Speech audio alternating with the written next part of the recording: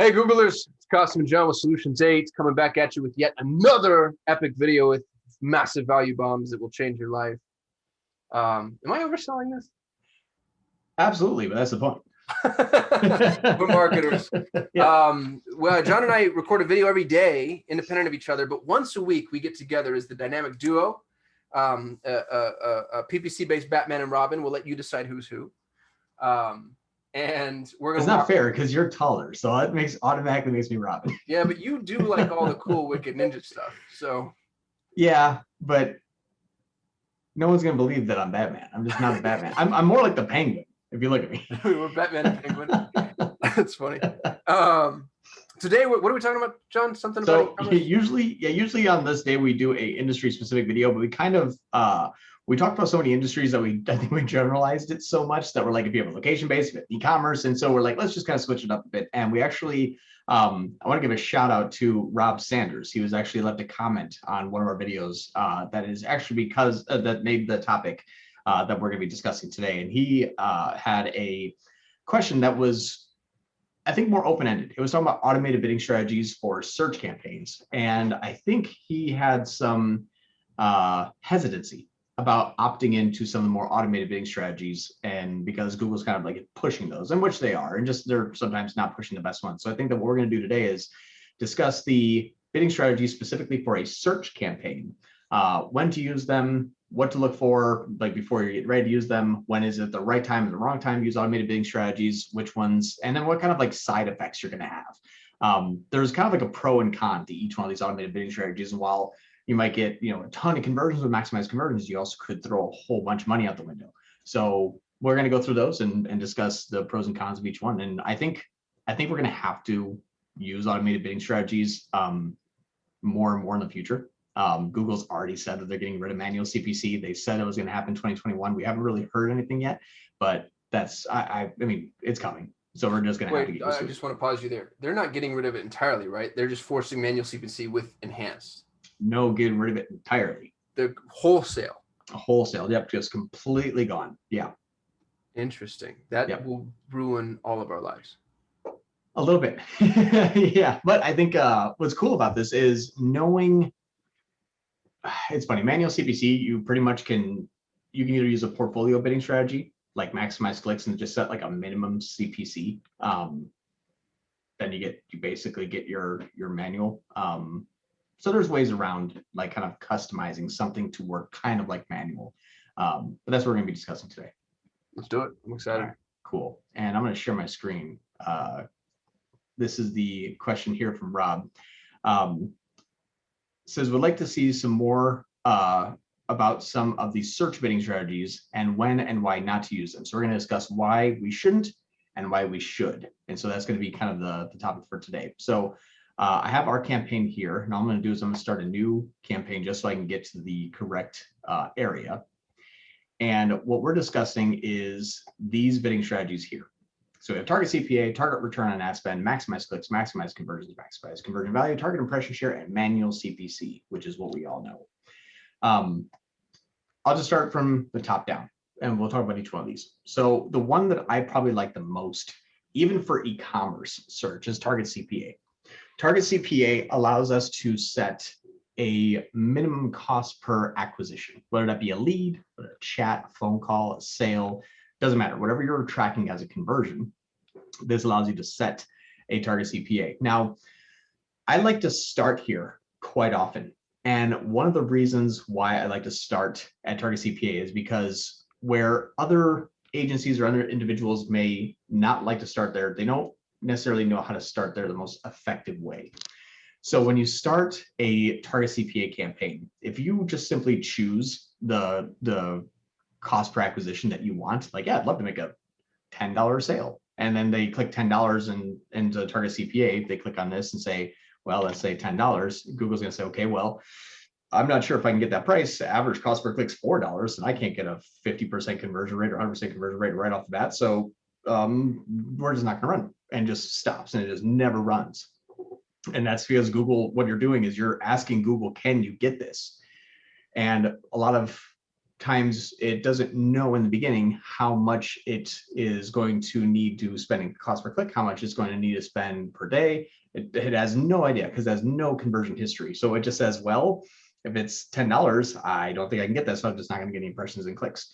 So what you want to do, especially in the beginning, when you're running target CPA, is overshoot your goal really high. If I want a $10 cost per lead, or if I want a $10 cost per sale, I'll sometimes start this at 100. Now, all this means is that I'm giving Google room to grow. I'm letting out the leash. I'm giving it room to breathe. And the reason why you do that is so that Google can start to test, because it doesn't really know what position you're going to need to be, what keywords are going to work, what keywords are not going to work, what keywords are too expensive, what keywords are too inexpensive that don't convert very often but has a high amount of volume. But you're allowing it to have a safety net that's a lot lower. So you may even get $50, $60 leads. It doesn't mean that you're going to get $100. It's not going to try to get up to where it's like, oh, I could have got a $50 lead, but I bid 25% higher, so I made sure to get a $100 lead. It doesn't work that way. It doesn't work against you. It just basically sets a top tier threshold. Like if it's going to happen above this, if the cost per acquisition is going to be above 100, then stop running and restrict the campaign a lot. And I think that's where a lot of people don't quite get that, is that this is a goal that is not necessarily going to try to work for. Sometimes it just stops running because it hasn't had a chance to test. I should back up a little bit. There's two main types of bidding strategies: expansive and restrictive. And I haven't really heard many people talk about this, so I think I might have made this up, but it makes sense in my mind. So let me know if you agree. But the target CPA and target ROAS are restrictive type of campaigns. If you can't get the cost per acquisition, stop running. If you can't meet this minimum return on ad spend, stop running. Those will actually have a negative effect. When the goals aren't met, your campaign starts to dwindle. Now the expansives are maximize clicks, maximize conversion value, target impression share, and even manual CPC with enhanced CPC enabled. These are all expansive, which means these will majority of the time spend your full daily budget regardless of what happens. No, that makes sense. So it's basically growth through efficiency. Expansive is, hey, I want to grow and get as much as I can. And restrictive is, I need to be efficient, so we're going to restrict this campaign. Yeah. And so once you understand those two, it helps you identify, well, if I'm in the beginning of my campaign, I don't want to necessarily be restrictive.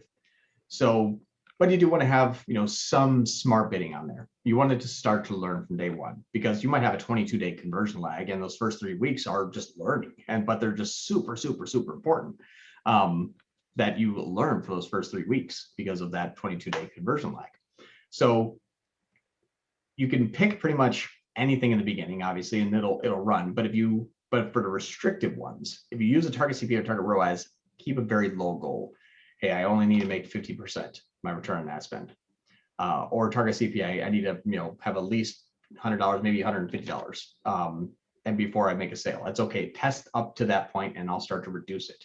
Well, John, you said something earlier, if you don't mind me revisiting it, because it was interesting to me. You said that you prefer target CPA to target ROAS even for e-commerce accounts. Yeah. Why? So target CPA, you're asking Google to do one thing: sell a product, and try not to have it be over this dollar amount during the sale. Now, with target ROAS, you're asking it to do two things: not only make a sale, but make a large sale. So there's two things that you're asking Google to do. The target CPA is a lot easier to make a sale take place because your average cart values on e-commerce, you may not know them. You may not know at all. You might know that you have a $15 product, but you don't know that they had 3 on average to the cart before they buy. And so that $15 product is a $45 average cart value. When you first start off, target return ad spend is not really going to know that either, but they know it's a $15 product. So how much are they going to really start to show ads on a $15 product if you put a 300% return on ad spend on that $15 product? You need to only get $5 worth of clicks. But if I know that my average cart value is $45, I might be able to have a target CPA of 20 and still be profitable. So target CPA is treating all purchases as though they're equal. If somebody buys, their cart value is 1,000 versus 100, target CPA doesn't care. It's like, well, I got you an acquisition and whatever underneath the threshold. So you're using target CPA in order to learn what happens, and then do you switch over to target ROAS once you found a point of stasis, or do you just stay there and scale that way? No, I usually actually like to stick with Target CPA. It's easier to get the sale. I've seen the target return ad spend doesn't have the scalability the Target CPA does. And that's what I think is important. If you're like, hey, I'm only gonna ever spend $100 a day for the rest of my life, then cool. You could use target return ad spend and just let it go. But if you said, hey, I didn't really need to get this thing up from $100 a day to $100,000 a day to $10,000 a day, target ROAS is going to have a lot harder of a time to scale because it's going to try to do 2 different conversions basically every single time. And it's going to be even more restrictive than target CPA. So what I like to look at is whatever your average cart value is. And all you have to do is just take your conversion value divided by conversions. So if you have $1,000 in conversion value divided by 10 conversions, your average conversion value or average cart value is $100 because $100 times 10 sales is $1,000. Well, if your average cart value is $100, what do you need for 400 ROAS in target CPA? $25. So if you set your $25 target CPA, because on average it's going to be about $100, Google can scale that a lot quicker. It doesn't care what sells. That the average cart value is X because you did your custom column and you did your conversion value divided by conversions. And you're looking at what is actually selling at the dollar amount. I don't care it's a $5 product. I do care that it's $78 with the cart value though. And so you take that cart value, you divide it by whatever fraction you need to develop the ROAS. If it's 200%, you divide it by half essentially. But whatever your average cart value is, divided by 2% be 200 ROAS, or sorry, 50% be 200 ROAS, divide it into force, 25% each, it'd be $25. If you need 1,000 ROAS, you need to divide that by 10, and that's your target CPA. So whatever your average cart value is, when you divide it, that's where your target CPA is. And Google says, okay, great. I don't have to find out how much that sale was. I just need to sell an item, right? Where we already know what that item will sell for, what the average cart value is, and it can scale a lot quicker. So dude, that's brilliant. I just need to pause here because everybody watching this needs to listen to what John just said. He took the pressure off of the algorithm to perform. It's genius. That's super sharp. And you came up with this all on your lonesome, just trial and error. Yeah. What was funny is actually because I had clients that were like, I need 300 ROAS. I'm like, well, why? It's like, well, my product's only $20. I'm like, what's your average cart value? And they're like, not sure. And we found out, well, actually it's 40. So we don't really need as a crazy high return ad spend. We can have a 200% return ad spend because your cart value is fairly high and they purchased 3 or 4 times. So now our scalability is a lot easier. So we have a easier scalability, I guess I should say, because your target CPA now, instead of it needing to sell for 20, you can sell for 40, and you can run that with a lot more traffic. What is this information? How long has this been your SOP? 8 months, 6 months, 8 months. Sure. Yeah. So we have a couple clients that do that, and that's what I think is really true, because target CPA and target ROAS, if you think about it, a lot of times this might be just your first sale.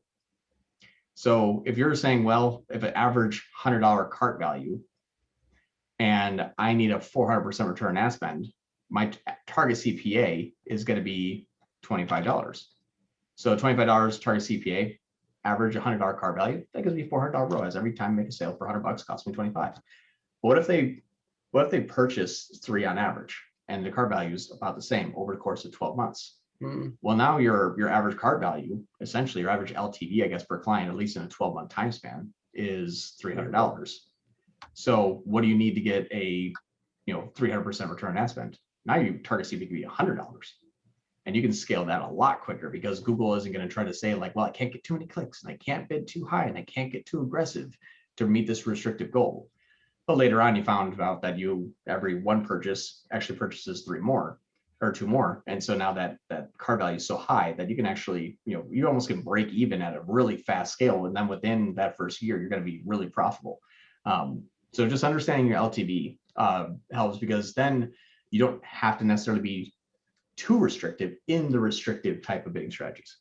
Yeah, this just goes back to knowing your numbers too. So many retailers don't take the time to determine things like retention, return purchase, average cart. And it's puts you in a position of not being able to get competitive with your bids. John, weren't you the one telling me that I think it was like Reebok or Nike or somebody, like they know to the penny the ROAS that they need in order to let their ads scale to the moon? And it was something insignificant too. It was like 80% or 100% or something. Yeah, it was like 1.01 or something like that. It's something basically, as long as they're making 100% of their money back, they can scale that thing up to like $1 million a month. So if they get and it's a 1-day ROAS. So they know within a 1-day ROAS, if they spent, 30 grand and made 30 grand, oh, they're going to be profitable, like keep going, because a lot of times that's the first purchase of a customer, especially, well, at least in that campaign. Now, Nike and Adidas, if you haven't bought a Nike in your life, I'd be surprised. Right. Everyone, even if you've been 7 years old, you own a Nike. So, it might not be their first customer, but they know that if they can keep their customers returning, the first one might cost them $100, but then the second $100 sale costs them $0. So now that second and third purchase is just 100% pure profit. So it doesn't have a CPA tied to it because the CPA was tied to the first sale. So they know literally every single subsequent sale is going to deliver them a net return. So they don't mind just breaking even, at least in their cost, to gain a new customer. And so that's kind of how to think about this too, is like if you break even for your first customer, then every subsequent purchase after that is profit. What would you pay for that first customer? You might even dip in the first 2 sales to get the third, fourth, fifth sale. If it's something they buy monthly, like soap, who knows? So that's kind of how that would work there. But I use target ROAS very little just because of that reverse engineering. We find out that the average cart value is, I've only had one instance where it was just slightly higher, but almost every single instance I can think of right now, the average cart value has always been higher than the purchase price of the product. That was hard to say, purchase price of the product, because that purchase price of the product is not the only thing that they buy. Either buy that, something else, or 2 of those, or whatever it may be. So just know that, because you may end up shooting yourself in the foot here and can't scale, especially when starting off.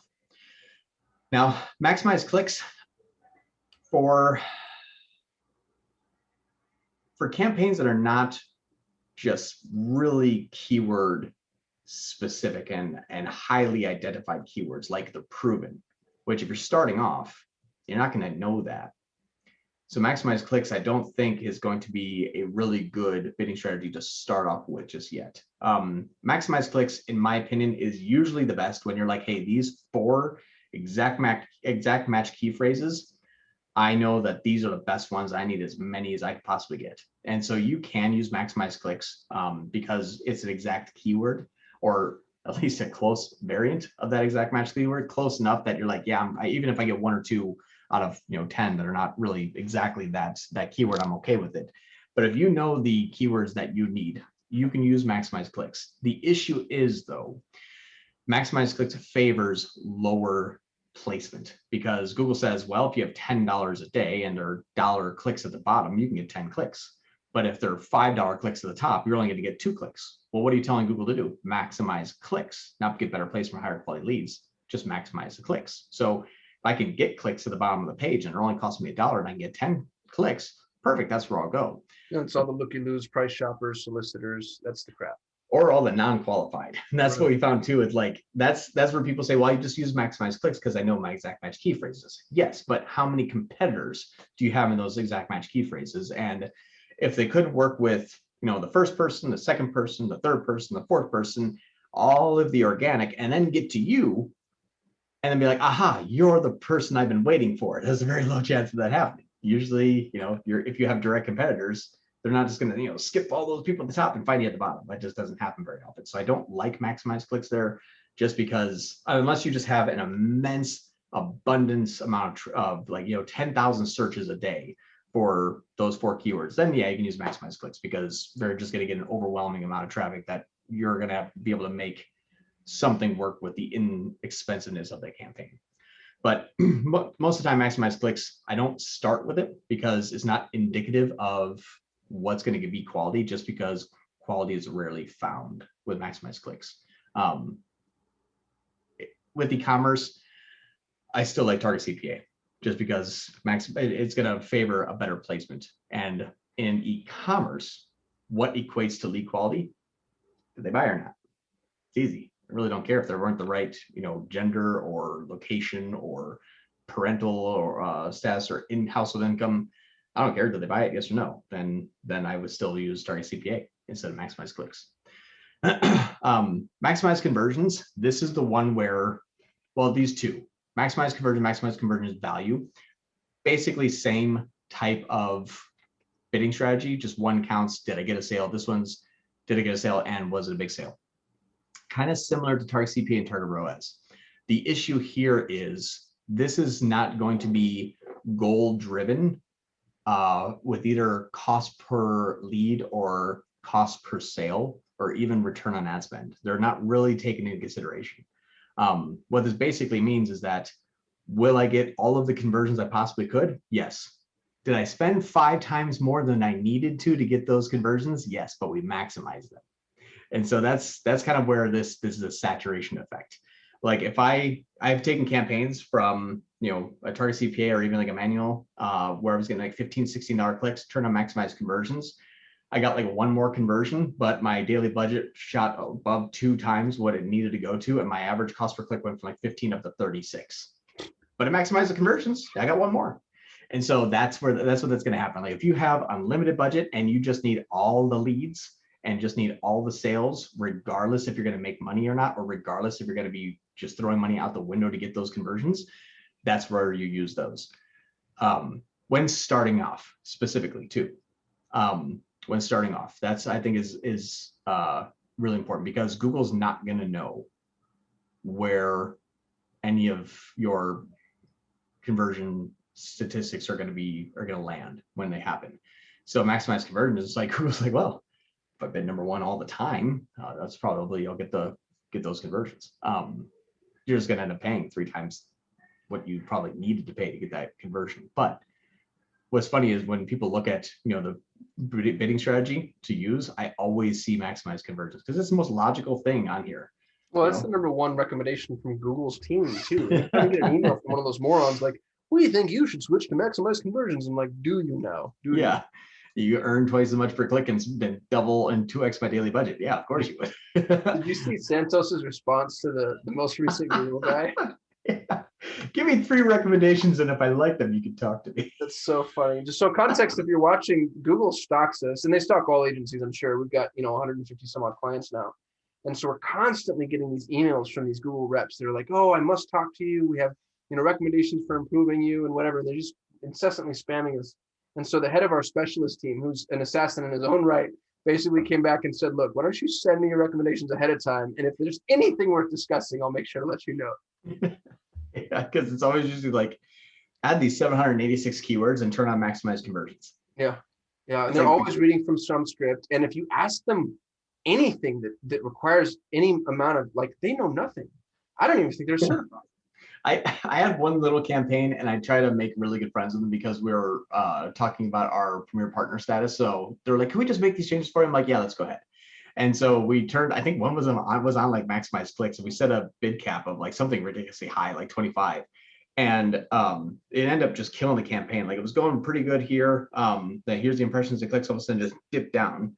And then a week later, it popped right back up. And we have our update call, there's Julia. And we talked with Julia, and I was like, hey, yeah, the whole campaign kind of died. Like you see here, it dips right here, and then I open up change history. I'm like, turn it back, and it popped right back up. She's like, that's so weird. That shouldn't have happened. I'm like, yeah.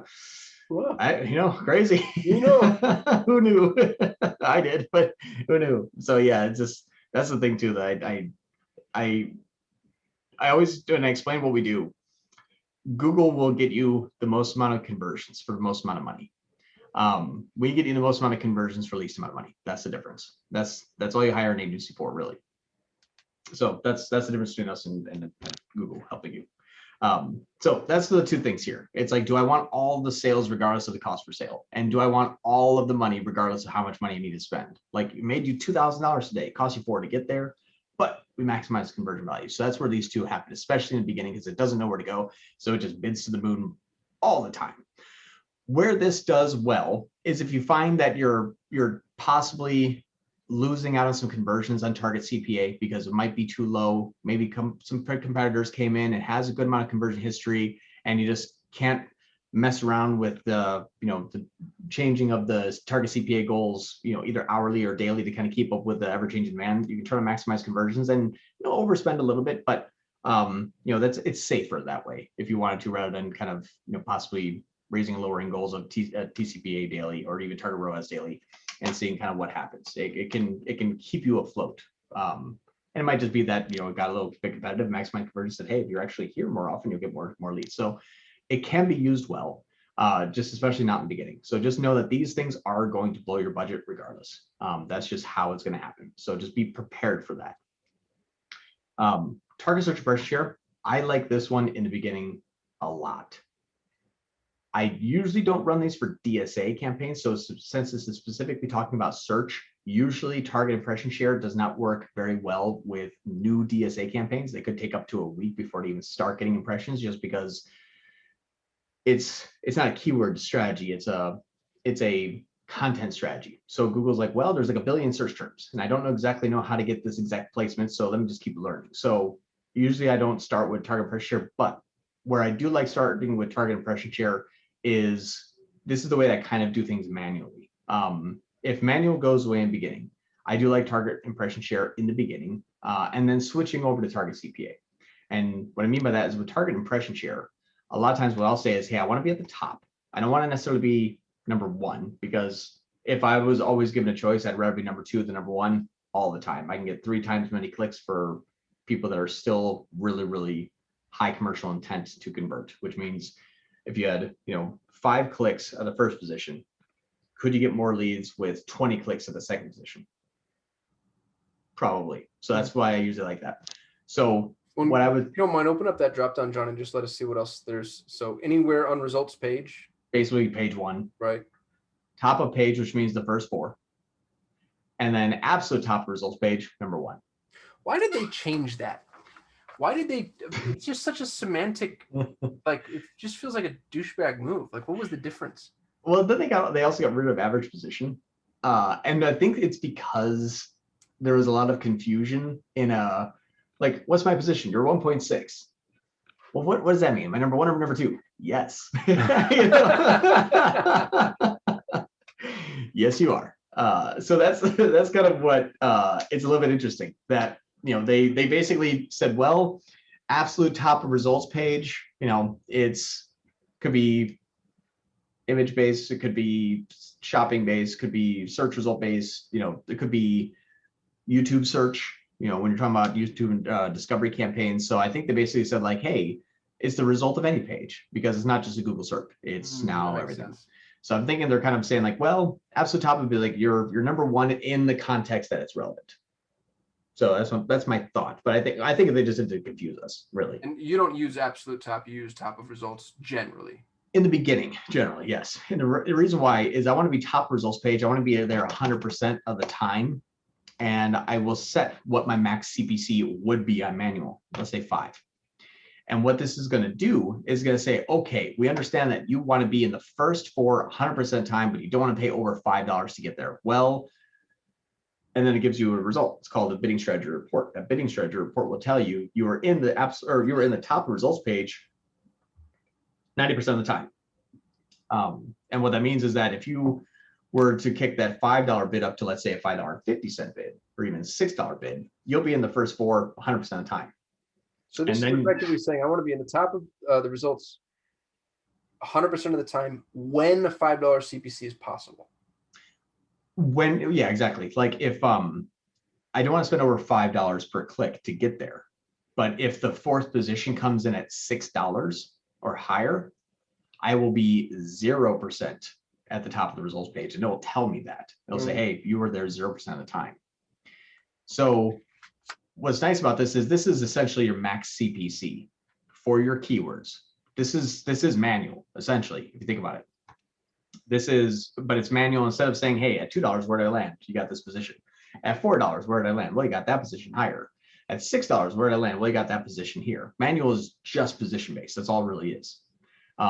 That's what this is. Only I get to put a little safety net by saying, hey, what is my minimum cost per click that I'm going to have to get in order to get to a very specific position? You just don't do it by keyword. You do it campaign wide. So again, I don't like keywords that I have to be at the bottom of the page. I think because we're an agency, we have to count that when we drop that lead off at the front door for our client, it's going to be quality. And even though I'm getting leads, someone fill out the form, but if I was at the bottom of the page, like these people just never show up, they've already talked to someone else, whatever it is, they just don't have a high conversion rate. So if the client doesn't do a really good job at tracking that post lead generation, my safety net there is like, well, at least you're at the top, so it should have been relevant. Maybe it's not, lead quality might be something internal. Like, what are you, are you getting back to them within 5 minutes? Are you making sure you're answering every single call? That kind of stuff. They're at the top. They typed in a search. They saw you there first with, a couple other people also first, but you were there first, and they give you a call. So hopefully the quality can be just removed from that situation. And so that's where I like target impression share starting off. Sometimes, a lot of times, actually better than manual, because I'll see what keywords I actually needed to go higher for, or what keywords were delivering bottom of the results page, a lot of impressions, a lot of clicks, but very low leads. I'll just remove those. So yeah, I like target impression share because it gets me where I know I always want to be. I just get to set my manual CPC to get there. Yeah, brilliant. And then again, manual. When you're first starting out, you can do manual. Manual is very, very, very safe. The one thing that I do like about manual, if you're going to be going through the old school keyword by keyword bid, and I call it old school because Google doesn't care anymore. You don't set your CPCs by keyword right now because Google says, well, that keyword is also this other 12 keywords. So what did you want to pay for those? Well, I'm not sure. Well, we gave it to you anyway. It's kind of like, well, crap. So it doesn't really matter what I pay per click for that keyword. You're going to give me 10 other search terms I necessarily didn't want. And so manual CPC is like when I can get what I want, which happens maybe half the time, I'll pay what I want. And so again, that's not necessarily the old way. If you can only pay X amount for an exact match or X amount for a phrase match, yes, this still made a lot of sense. But if you're using broad keywords, this is just a money pit because there's just no safety net there. Google's not doing anything to shield you from the junk traffic that might find you because a 19-year-old kid's doing a college paper and just wanted to know something about how septic tanks work and you're a repair company. So again, I like smart bidding for those reasons. Manual is give me all of the people. Smart bidding is give me all of the right people, I guess I should say. So you can do manual starting off. I wouldn't though. I'd rather start with a bidding strategy that I'm going to grow into. And that's why using Target Cpa, setting a high CPA bid, start to get those impressions, clicks, starts to get those sales. And then week over week, go from 100 down to 90, down to 80, then down to 70, until you found a point of diminishing returns, which means I can't get enough impressions and clicks, or I'm not spending my daily budget. Then you found your target CPA, or then you found your actual CPA, and rather than paying $4 a click, adding in 1,000 negatives, adding 50 cents a week, and then trying to work up there, because Google is just giving you 10x the search terms you don't want anyway, and so now you can't really control your bid for those keywords anymore. Let's say we're not talking e-com because a lot of our old education relied really heavily on manual CPC. Mm-hmm. So are you using manual CPC as a starting point in any campaigns, or is it something that's just going by the wayside? I try not to use them just because what I'll find is that if I did a direct comparison between manual and Target Cpa, manual CPC will give me a very similar result forever. If you had 10 leads and 100 different search terms for 30 different keywords, you're going to get that same result. Target Cpa will still give you the same initial result that manual will do, but instead of adding in a whole bunch of negative keywords because Google's continuously ignoring your match types, Google just starts to shy away from those. So it's like, hey, we got 3 or 4 clicks for that keyword. Before you had a chance to add that as a negative keyword, Google stopped showing you for that ad or for that search phrase anymore. So this is really a response to Google's adjusted match types and then more expansive reach with what they're doing with, like, exact match not being exact and all that crap. Right. And Target CPA kind of does it now. It's like, all right, if you're running a manual, what are the 2 things you do daily in a manual campaign?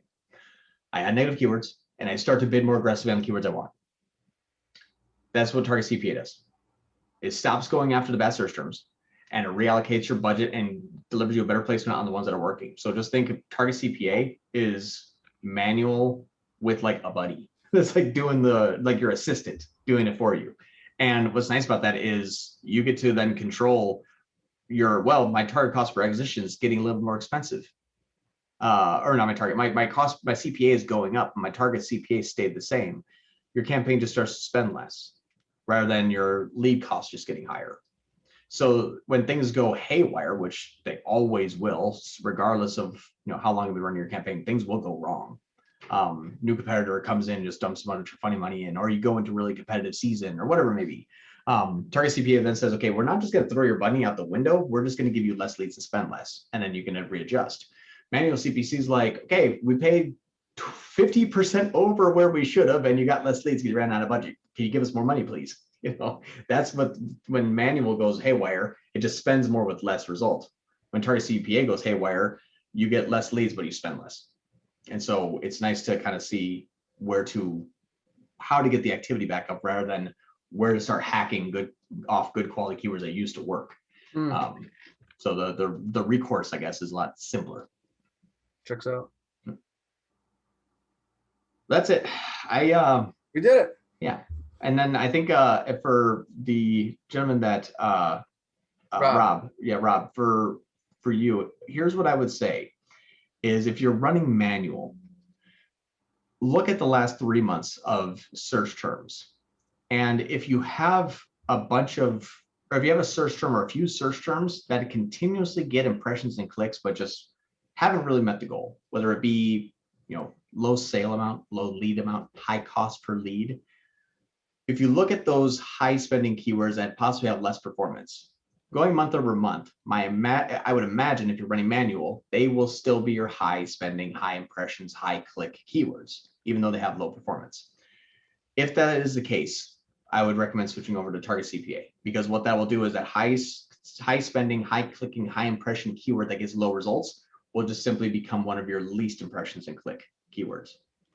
And so you can turn it on. And if you've been actively monitoring the campaign, hopefully you've already done this manually and removed it. But if you have other ones in there that you're looking at, just know that manual CPC is just going to continuously spend money on what is popular, regardless of what happens. And so I think that's something that is just, something to consider. Now there's a whole other host of factors, like were you really relevant, but possibly too far away? Where it was the search term still relevant, but maybe possibly, could be interpreted as something different, whatever it may be. So there's 10 million other things we'd have to go through to do a deep dive, but simplistically thinking, Target CPA will take what is not working and just push it away for you. If you're watching this video and you like to watch, we shoot a video every day. So like, comment, subscribe. You know how YouTube works. Tell your grandma. Tell your grandma. Otherwise, thanks for watching, you, and we'll catch you next time. Thank you so much.